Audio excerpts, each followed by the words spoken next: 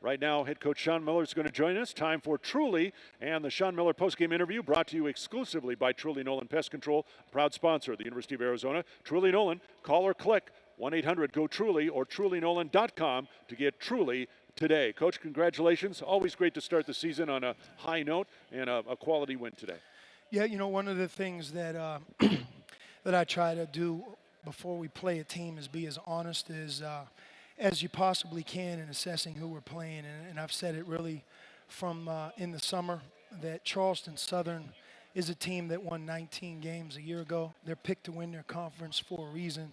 Anytime you have a point guard as dynamic as they have with a two guard who can score, both first-team all-conference players, and then you spread the floor at four positions and play the way they play, it's a very dangerous game. I know a year ago I was watching them play at Kansas State, and I think they took a lead by almost 17, 18 points, even in the second half, and Kansas State rallied to win, similar to how we did. But it was a great learning experience for our players, especially our freshmen.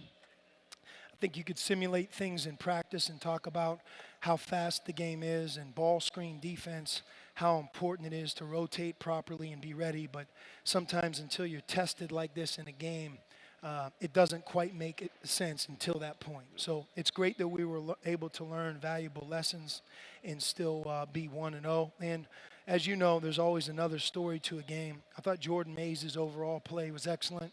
And I thought we had timely play throughout the game by a number of players that made winning plays. And you know what? That's why we were fortunate enough to win. Ryan Hansen had mentioned Kevin Parham as one of those guys that seemed to come in and give you some timely help in a couple of areas here today. Kevin's important to us. Brian, we missed him a lot last year. If you looked at the role that he had 2 years ago as a sophomore, he did today what he did so many times on that team, and in a very quiet way.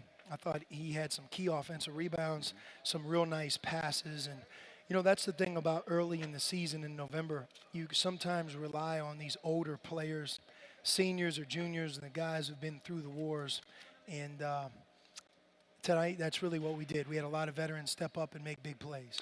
Talk about facing the 2-3 zone the Buccaneers put up, how your guys adjusted through the game, you know, how they became more successful attacking that zone. Well, we watched them play that zone against Charlotte, and, you know, it's an active zone. They really know what they're doing. They do a great job of not fouling, and they did that again here tonight. And by not fouling, it takes away some of the advantage we have inside. It's also harder for big guys sometimes to play against the zone, especially young big guys.